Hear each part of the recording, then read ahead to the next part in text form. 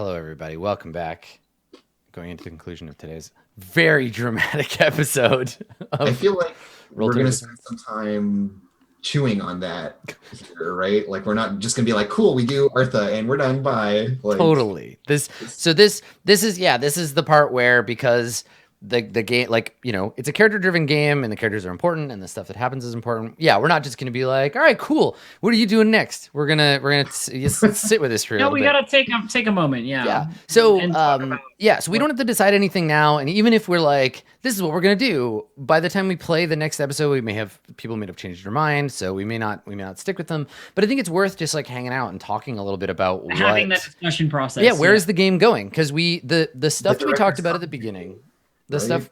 The stuff we talked about at the beginning was that we wanted to play an intrigue game and that it would have like religion as a theme and that there would be like weird, like magic stuff that was a part of it. The choices that you made for your characters, helped us move in that direction. The roles that you've made and the way that the world has developed has done that. And I want to make sure that everybody feels like their characters are still capable of doing their characters' stuff, right? Like how we envision the game moving forward and what it's going to be about, and that will determine what decisions we make around that. So we've definitely taken a spin where, like, though it is still about all the same, like the situation is still there in its Yes. core, right? There's the kingdom, there's the king, the queen, etc. Yep.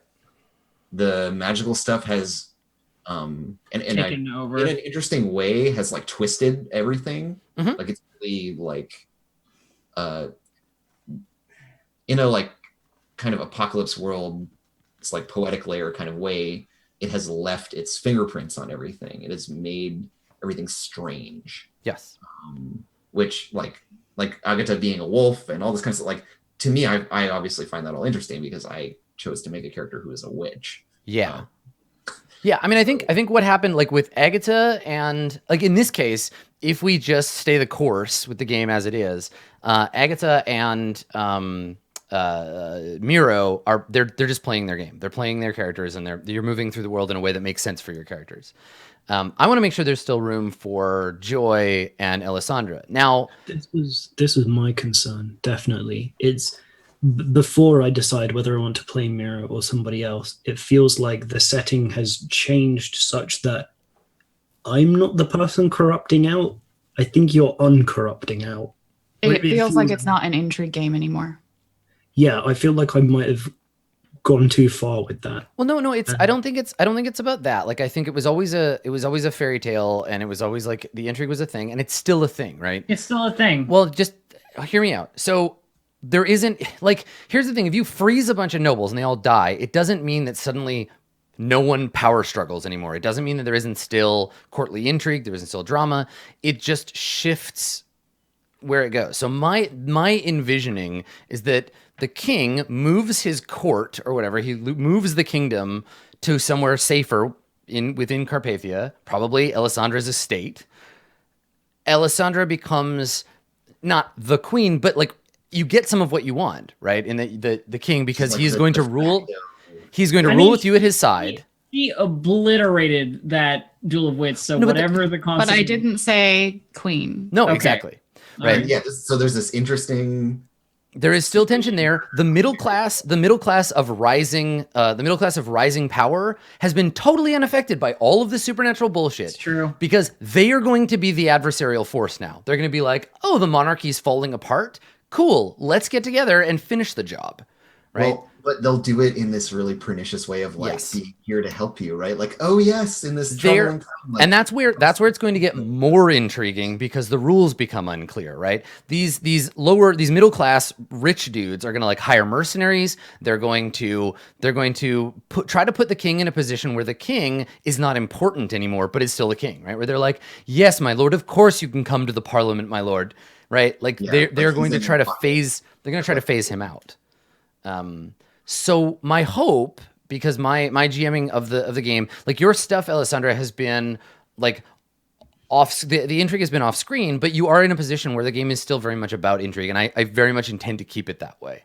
The last few episodes have been very supernatural, but I think that we can play to this intrigue thing, and especially we've hit a climax of that, I think. Yes. And like in this case, it's going to slide back to like how does it settle, right? yeah. At because least we've kind of stepped away. Like the castle is now a spooky place. Yes. Yeah.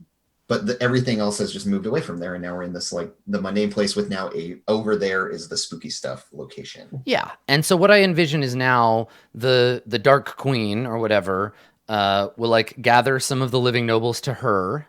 Some people will swear fealty to her. She'll get like a cult or whatever developed. The Magus is a piece in play, and she'll be one thing, right? The rising middle class will be another thing. And then Alessandra, you basically have with you the one true king, right? It's the three of you. It's, you, the Lady Protector, and the king, and he's still the king, right? And so you'll have your little like faction to manage, and it'll be about trying to build that for your own personal gain. And obviously you'll write beliefs that I will use to guide that stuff. Mm-hmm. So yeah. How do you feel? Do you feel like Alessandra is still like a character that has a place in that, given what I've said there? Or do we need to like move it further so it's like deeper in the intrigue stuff? No, I think that still is like there's still things to be done if that like is the state of the kingdom. It's like 3 warring factions or what have you. I think that it's still Alessandra. I mean, I just fucking got a single victory. I don't want to retire my character. No, I know that's not what it was about. It was just about asking for guidance in terms of how you making feel sure about you feel like there is an opportunity for your character to use your skills and keep playing the character that you're playing. I'm not asking you to make a new character. I'm asking, do you want me to push further in that direction? Given what I was just saying. I think that there's still room. I think that there's still room in that for interesting play. Totally. Yeah. One thing I'll put forward as like a looking back on the story thus far, I think the most interesting intersection of the supernatural with the mundane has been Reza getting possessed by the ghost of his brother. Yes. That's like so cool and fruitful and like subtle in a way that like, yeah, it's good. It's really like interconnected with a lot of different stuff. Like he's become a really interesting focal character. Yes. With like all of these cool layers. And so having that level of like mystical bullshit be emphasized more and like try to tend towards that going forward, I think would be really like a strong play for all of us. Yeah, totally. To, like, think through that kind of lens. Which, like still managed to be really messy and gross and have like other scenes that were a bit more in the like extreme end, but swung back and wasn't as apocalyptic as the other stuff. Yeah. Although I do have Apocalypse Wise, and I want there to be. Well, I like where Joy is. I like that we're gonna get to introduce a whole bunch of different parts. My whole plan is just to take her through the gamut of like scummy. Yes, perfect. Like, yeah. That's what I was hoping for too. There. Yeah. I like the move to the city itself. What I want from Joy is, and she doesn't have the skills necessarily to do this, but what I want from Joy is to make a name for her outside of all this noble shit. Yeah. But still with that intrigue, right? Like it's not a game about me. Well, so there'll be captain or whatever, but like it is a game about me trying to climb a ladder. I can see there being a place where Alessandra and the court in exile have to make friends with Joy and the ruffians. And then there's the great sort of like, well, I used to be your jester, but now you got to pay me respect, kind of stuff, which I'm kind of into. Yeah, I like that idea. Yeah. And then Agatha, I mean, the thing that you were trying to overthrow has like shifted dramatically. But like I'm still opposed to everything that's going on in the castle. Yeah. Some of the people have left it. I'm kind of like temporarily they're backburnered in terms of my direct like wanting to fuck with them. Mm-hmm. But yeah, I feel like I'm super happy with what's available for Agatha to chew on. Pardon the pun. Like she's got lots of good stuff to engage with. I like her positioning as being this like, manifestly an outsider, like not even the wrong species inside the city. I think will be interesting to navigate. I really want her to have more to like, I want there to be characters that are Agatha's friends, be they like animals that I can talk to or whatever Successful circles rolls will get you some new friends. So I want to start developing that now that I've settled. I started rolling frivolous circles to try and make sure I had some for later. It's working. You got some NPCs going on now. But yeah, so that's like my next step, I think, is to form a little like network. Yeah. and just start connecting that into some of the other character stuff, and just like Joy, have a return to, right, like we all split up and then bounce back and come together again, but in this different light. That kind of story to me seems really interesting. Mm-hmm. That's cool. So how Blue Jay, how are you feeling about like going forward from here? Didn't we already hit me? I know, but I wanted to double check because you don't like you haven't said anything, and the last thing you said was like, I don't know.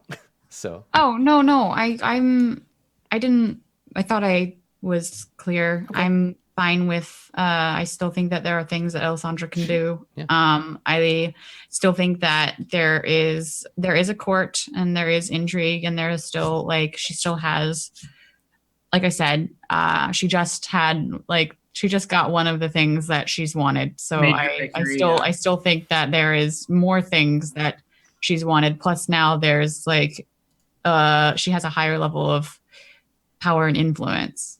And so like maybe her problems are going to be bigger than turn this one guy to my side. Yeah. I really do. Sorry, go ahead. I was just gonna say, I really do like the idea of like the kingdom has been brought low, but Alessandra has never been in a better spot, like in terms of politically, like that. And that we got to see just how much that one thing mattered. Yeah. Like when everything else was on the table and it was like, pick exactly one of these things, you're like the king immediately. And like the whole character came into focus around that in a really nice way. I see a really interesting progression from, we were talking about last session with Alessandra, coming to terms with the fact that she has been manipulative and kind of realizing that she has these feelings. And I see a future for her, which is particularly interesting because now that she's in this position of slightly more power, they're going to have a lot of different ways to go about consolidating their position. And you could see so many positions for growth. Like if she has to make decisions between her own well-being in that court and the people around her, like the king, does she have to like backstab him a little bit, undermine him to get more people on her side? That's the thing, is that people will see her as someone who is influential over the king, and there will be people who will come to Alessandra and be like, Alessandra, you have to convince the king to sign this bill. Like, like you're seen as the king's keeper because you carried him out of the fire. I mean, I have like this whole time, I still see Alessandra's relationship with the king as like Anne Boleyn and Henry VIII, right? She's working to gain influence over him to the point where she has recognized by whatever form of government actual power of her own, and then she'll probably get beheaded. But like the idea is like this is the point at which everybody knows that the king wants to get rid of his wife. I mean, she's evil and possessed, and like everybody knows that the person that is next in line is Alessandra, and either they side with the queen and are like, no, like she's the queen, or they try and get in good with the new like power structure. Like that's very Henry VIII. Yeah, I really like the idea too of the whole like it's a very sort of like, I don't know, 16th, 15th century like struggle. The idea of like there's the queen and the anti-queen, and like you've got this sort of weird like, who owns this city? Is it one faction or another? Do we swear fealty to the king who who is approaching one way? Do we advance to letting do we rule ourselves and get rid of both the king and the queen? Or are we like, no, this is the end of the world and we will follow the like dark queen who promises glory in the afterlife, right? Like her jam is going to be to gather the hopeless and the weak to her side to be like, hey, so, burn the city down, burn the forest, burn the world. Everything is dead. God is dead. She works for the devil, which I think makes the Magus an interesting wild card because we know he can bind powerful spirits. Indeed we do. But also he's going to end up in exile because everyone hates him because he doesn't have the magic to like shield himself from their hatred anymore. Well, and he's a horrible monster. Yes, but sometimes right? you have to. You got that thing in the first place, and presumably brought it here to bind it or something. Mm-hmm. But anyways, or by binding it brought it here. I'm personally very excited about where Joy is right now. I've got so much of a plan for all of these new NPCs that are just like So to circle all of this back to part of why we're having this conversation in the first place, the Mira. matter of Brother Miro, what to do with Miro, and like what angle are you interested in with that character, Dave? Yeah, and that's a great question, right? Like we get to this point after having discussed some ideas we have for the future of the campaign. What about that stuff sounds like fun to you, Dave?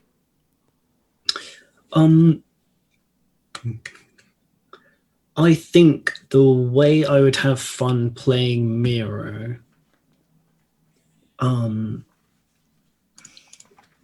is a separate kind of fun. Where perhaps, I don't know, maybe Adam and I can talk between sessions about like what weird things are going to go on over there. But I think what I'm seeing is a bunch of really interesting places in the kingdom for a less weird, powerful character. Yeah. Who can actually end up having like the same sort of effect. Well, yeah. So here's the thing: we have a third faction that none of the players are connected to, right? Like you could very easily play like a city-born merchant's son.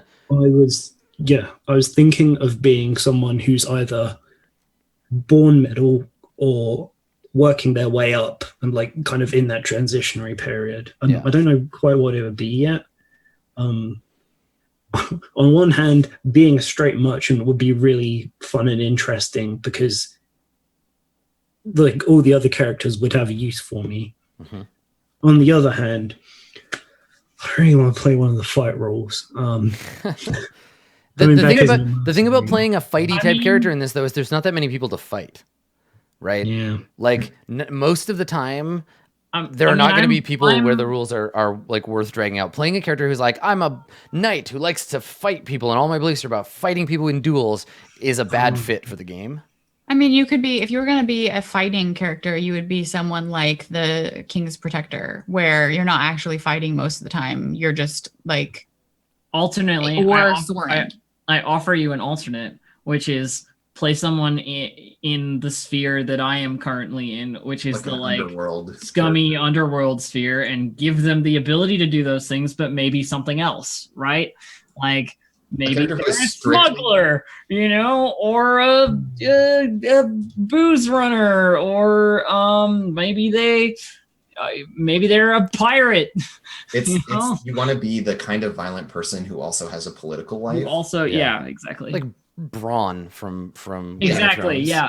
Right. And whether or not you're an expert at it, that's at least something that you're pursuing to give you something to do while you're not stabbing people. People is inappropriate. That was sort of my idea for a character. If Joy had gone away or been killed in that crossbow accident, I was like, well, I'll make a mercenary who's like House of the Vulture or something.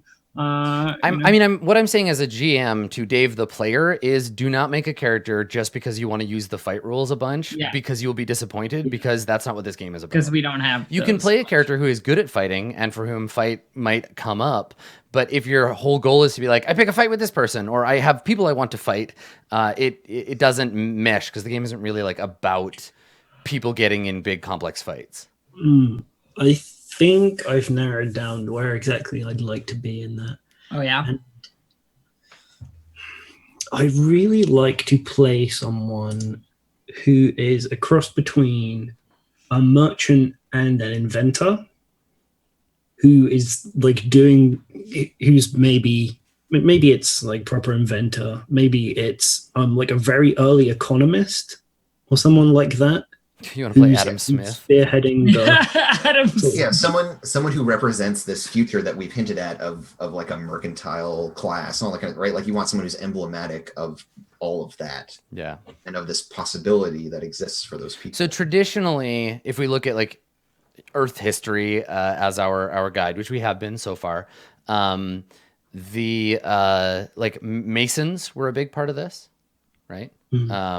So your character could be a mason, an engineer, people who build and make things. What was the cotton gin, right? Like it's these things, like the kind of person who would invent the printing press, banking as becoming a thing, or like how the thing at the TwitchCon ending ceremony of the guy. Oh yeah, the dude that made the loom.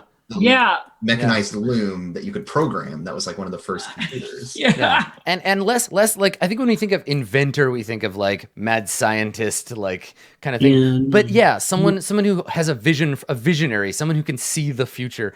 There are a lot of these people in the sort of pre-Renaissance, like end of the classical era who a natural philosopher. Yeah, Van Leeuwenhoek, like the guy who invented there's a Pasteur who invented the pasteurization. Yeah. Like there's a lot of these things. I wouldn't go so far. Don't make like a Da Vinci. Don't push into the Renaissance, because we're not at that place with the game. What's interesting is the people who had these like very practical, small, like seemingly small inventions that are like so fundamental, right? Like pasteurization is so important to our pop open your copy of whatever Civ game you played most recently. Look at that tech tree and find the part where you go from medieval to whatever comes after it. And that's where, and yeah, a character who gets shit done by way of not, I have social connections with someone below me, so I order them what to do, but someone who is friends with many people and has a high resources score and is like, capable of moving in that space, I think, it would be really cool. Yeah. A merchant class visionary would be very cool to play, I think. I'm into it. It's like the world's being reshaped, and I'll let them do all the big things, and I'm going to sit on a pile of money and bankroll that shit. Yeah. So another idea I will put forward, or at least another notion floating around in my head, is that like thinking of this as like the TV show of the game, right? Like if we would like Miro would continue to be a character that would get spotlight time, because Miro would be the window into what the fuck is going on with all the people he's rolling with if he sticks with the queen, right? And so we are stepping away from that, and we're going to have there will be some opacity around that part of the setting, and I just want to call that to light. And it's like interesting to think of like if this were the HBO show version, like Miro would keep being a thing, but he would become relevant. Well, it's one of those things where like Miro would still keep getting scenes. They'd just be smaller and less important. My intention too would be to refocus on the intrigue stuff. So it's not going to be like the dark queen summons up a bunch of like hellhounds and like rides through the town killing everybody and like lights shit on fire, and now demons like walk the streets. It's just like, nope, she's like, I'm the queen. It's like the social impact. Yeah, she would have woken from her, like she wouldn't parade Miro the tentacled beast around. She'd keep him in a tower somewhere, right? This wouldn't be like, welcome to the Church of Satan, everybody. It would be like, I'm the queen. She would come up with some reasons why no one should follow the king anymore. The king is an adulterer and has fled with his mistress. And like, I am the rightful ruler, and would try to leverage that power as being rightful, right? As not being, like, she's trying to convince people to believe that she's not raining fire from the castle.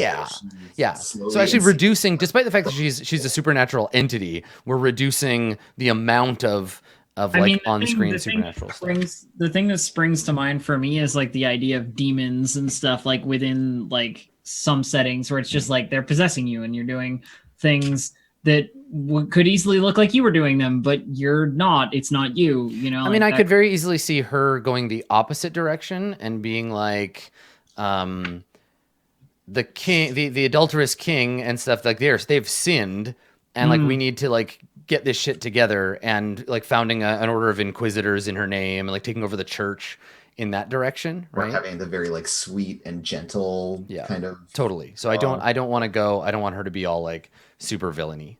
No.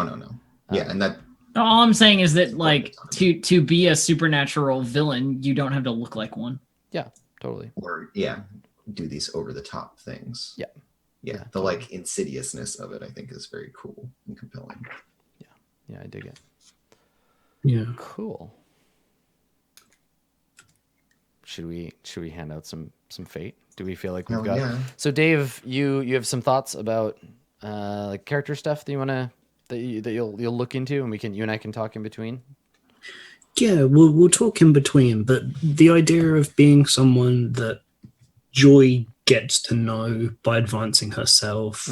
Yeah, maybe you go this place, the Black Veil. I mean, city dweller is the biggest of all the life paths. Like it's the one with the most stuff in it. It's huge. I mean, it's inevitable that if the queen is trying to be like, adultery, that Alessandra and the king will need support from not necessarily just pious nobles. Yeah. You Well, know? remember, Alessandra, you've already got like a list of courtiers who are like, but Alessandra, right? Like there are all these guys in the middle class that the Yeah, I Mrs. remember. Coin. Yeah. So like you have some connections or potential connections there too.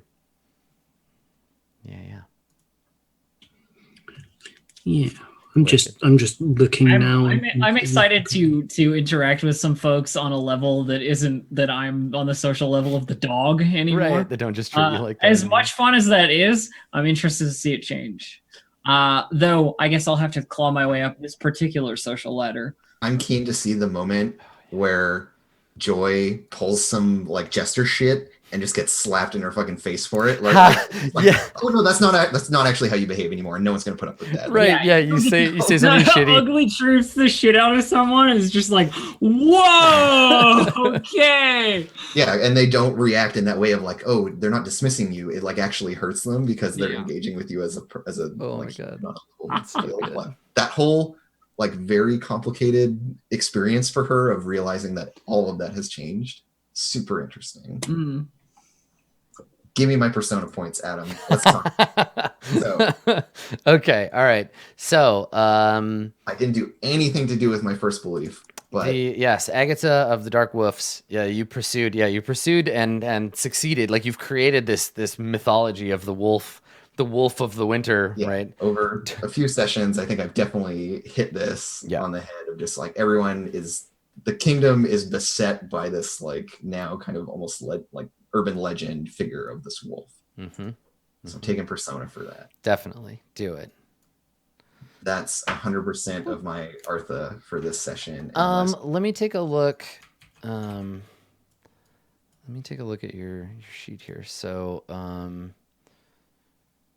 Vindictive. No, that was the one I was thinking of. Like, you could have let that dude go. Like, right, but I never did. Yeah, okay. Like, absolutely fate for Vindictive, because you're like you made the wrong decision a few times against someone with a sword, because it was like, nope, I'm gonna kill this guy because how dare you run away from me?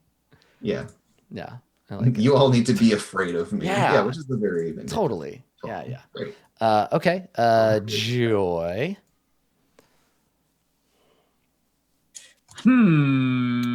Persona for the second one.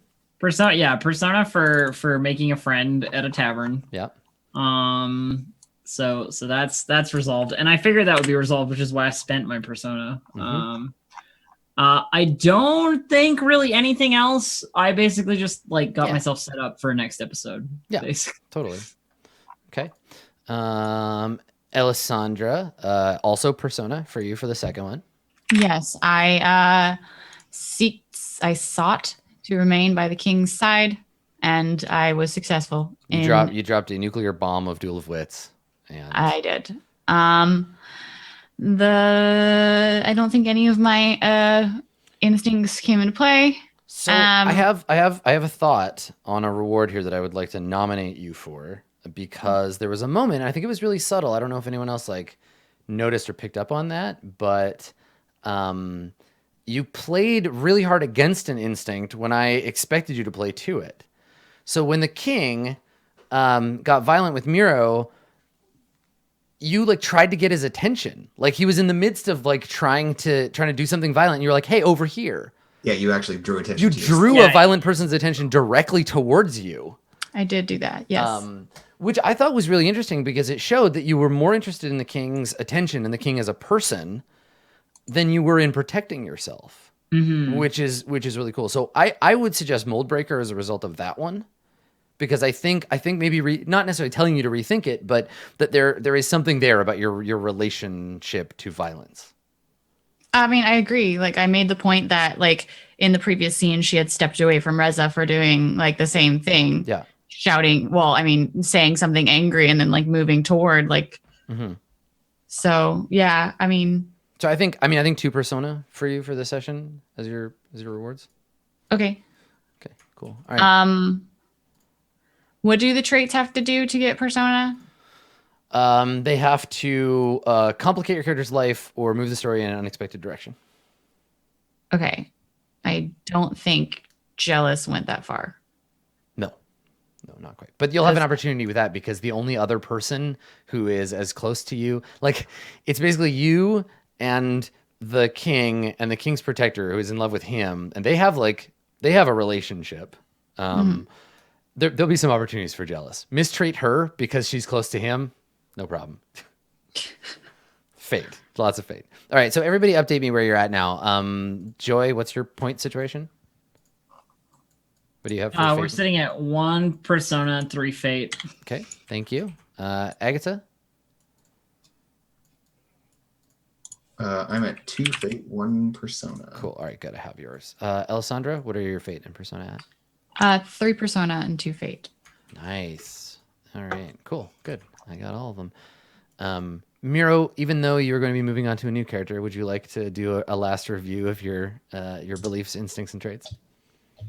Sure, why not? Then you'll have a pool to work from when you interact with other people. Yep.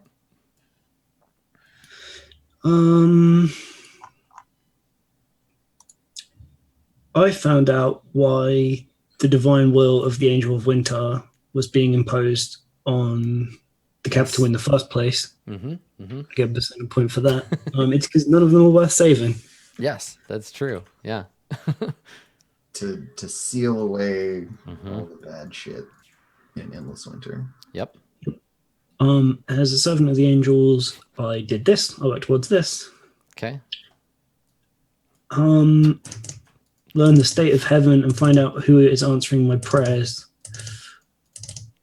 I mean, someone answered your prayers. Fate, maybe for that one. I think. I don't think it's clear yet. Yeah, I think off screen in the next session he earns that persona point, but yeah, I don't think now. Always challenge blasphemy or sin. Yes. Yeah, definitely got you in trouble. I doubled down on the king. I was like, no. Yeah, no, shut up. I don't care if you're the king. Yeah. Always offer a soothing platitude. I just did that and it failed. It didn't cause the thing. It was because I played to that as opposed to making it difficult. Didn't get the third one.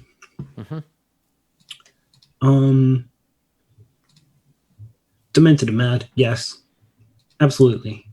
Yeah, I think at this point, like one of those two, definitely. Yeah. I didn't quite get.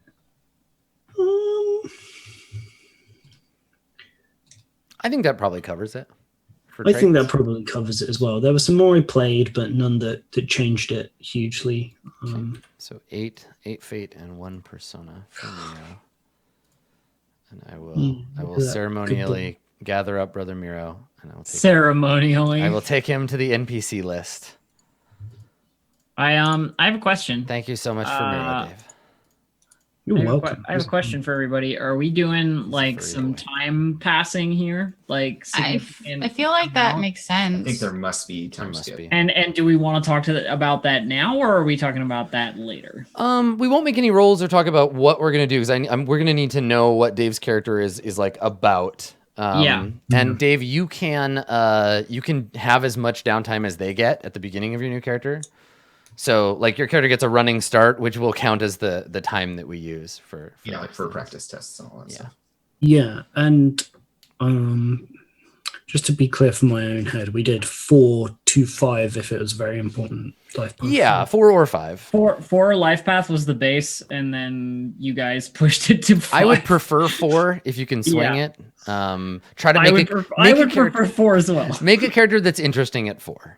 The only reason we pushed it was because of the magical stuff. Yeah, I had somewhere I really wanted to be, and I just couldn't work it out. Yeah, magic makes things harder in terms of character creation and trying to be like at all successful at anything. And I mean, at the moment, I'm looking at like City Born, gets into some trouble, does a couple of outcast life paths, starting back on the thing, like coming out of Fence into Moneylender. Yeah, so it depends. Nice. Remember, leaving the Cityborn, like doing anything outside will immediately hit your resources really hard. Like being an outcast, you'll get like nothing for resources. Yeah. So if you want to have a bunch of money, you really got to build for it. But I mean, you know how to play role playing games. You can figure it out. Yeah. I mean, I'd have to do something big, and then So as far somehow as far as something time passing, how much time do we want? I'm feeling like if we're doing things like setting up the new court. Well, no, so and, we're not. I mean, I don't want to elide anything fun or interesting. So I don't want it to be like. right. I don't want it to be like. Joy moves into a weird brothel, and now you're the leader. Like now you own it. Like I don't want to Oh, and elide any of that stuff. No, that's not what I wanted to do. I think this just is survival time, right? Okay. This isn't building time, because we got to see that in play. So like a month. Yeah. It's useful as a unit because it maps well to all the mechanics. Okay, let's say a month. yeah, a month sounds good. Okay. I am finally not wounded. Nice, good job. Yeah, so we'll take a month to do practice stuff, and we'll start the next episode walking through all that together, like what tests you're making and whatever. But look at the books in between. Yeah. Cool. Do we want to do? Should I create character off screen, or Yeah, let me give you a new character sheet, and you can do it off screen, and then we can walk through it together at the beginning of the next session. Okay, sure. I was just going to say, if you wanted to do more hashtag content, we could. I do not have time in my life for any more hashtag content. So you can make your character off screen. I mean, if you really wanted to, that would be a thing you could stream yourself. Yeah. Oh, yeah, I could do that, couldn't I? So yeah, let everybody know if you want to stream it. You are welcome to do so. But yeah, I'm not gonna be able to find time between now and next week to sit you down and go through it. So actually, now that I think about it, is PAX next week? Yep. It sure is. Okay, so we've actually got 2 weeks before the next session. Aww. More likely than not, we'll run this episode again next week if people missed it. We'll do the vodcast. But yeah, PAX Unplugged is next week, so I know that Blue Jay and I will both be at that, so we'll be away. So that's okay. That gives us some time to brainstorm and to not have to rush characters. So cool. All right. Let's say our farewells to this frozen kingdom. Let's do it in backwards order. Lady Alessandra, Blue Jay, where can people find you playing Divinity when you're not here? Playing Divinity. Hi, I'm Blue Jay. I'm the bird in Joy's vision. Was that clear? I wasn't sure if it was clear. It was super clear. The bird in the tree and the wedding ring in the nest. Yeah. Did it. You can find me at twitch.tv/BlueJay or on Twitter at BlueJay_712. On Fridays, we're all on twitch.tv/DND starting at 1 p.m. Pacific. On Mondays, I am on twitch.tv/Roll4 and it playing Divinity Original Sin 2 GM mode RPG at 8 a.m. Pacific. Yeah, I know. It's so early. It's horrifying. How do you manage? I don't know, actually. It's like It's I'm really turning not that into hard, Elf or guys. something. It's really not that hard. The rest of the time, I am on my own channel playing Divinity, coloring books, sometimes reading aloud. And yeah, it's good stuff. Excellent. Thank you, Brother Miro. Once you have a name, let me know so I can change the uploads or the screens. Brother Miro, aka Dave. Yeah. It's your turn. Cool. Yeah, I'll try and cut out something, especially if I've got 2 weeks. Because burning characters does take a long time. This will still only be my third character, so there'll be bits and bobs, and I'm sure Adam will have many Discord messages about that. That's what I want. But yes, thank you all very much for coming and watching and stuff. If you'd like to hear more from me, and if I'm going to schedule this character stream, and like most of the chat that I had popped out said, yes, I guess I owe you it now or whatever. Fine. Off stream, God. If you do it on stream, there's more impetus to do it too. That I absolutely use, like, I'm going to stream always- this as a way to convince myself to do something. I always feel like I get through stuff way faster. And if you would like to find out when that's going to be, you can find me on Twitter at Dave_the_human, and my actual Twitch is Dave_human. Hang on, let me just type in chat. Yeah, it is. Dave_human, and yeah, very much looking forward to making a new dude, and also looking forward to finding out what Mira does in the future as well. But yeah. Thanks, Dave. Thank you for going on the journey of crazy guy with me, everyone. He's a good boy. The wolf Agatha, Andrew. That's me. I'm Andrew. You can follow me on Twitter at Comedian Crow or on twitch.tv/actualfactual. I'll definitely be streaming in the gaps next week where people are at PAX, working on my game Girl by Moonlight, which is a magical girl hack of Blades in the Dark. Excellent. Elf. Hello, everyone. I can't do an over-the-top jester thing because I don't know exactly what Joy is going to be, but it is your local low-class scum. Me. You can find me at twitch.tv/distractedelf or on Twitter at distractedelf. I'm not going to fancy PAX stuff like these nerds are. I don't have the money for that shit. So instead, I'll be streaming during the time we would usually be doing this, I guess. I don't know. You have some feelings, huh? I do. Some feelings. Excellent. Thank you, Elf. So this has been episode number 14 of Roll20 Presents The Burning Wheel, my favorite tabletop role-playing game with some of my favorite people. So thanks for coming and watching, everybody. This campaign never ceases to amaze. We will be away next week, but if you miss us too desperately, you can watch all of the videos either right here on Twitch or on our VODs on YouTube. And you'll also be able to watch us play the Dungeons and Dragons tomorrow at twitch.tv/D&D, or right here, we're going to host it. That's a 4-hour game now. So if you watch the first few and you were like, 3 hours is not enough time, we heard you. And now it's 4. So we're going to be playing that from 1 o'clock Pacific time. You can find that twitch.tv/D&D or right here. In the meantime, go and play role-playing games because it's fun watching us do it, but I bet you'd have fun doing it too. We will see you next time for more Burning Wheel. Thanks for coming, everybody. Bye-bye.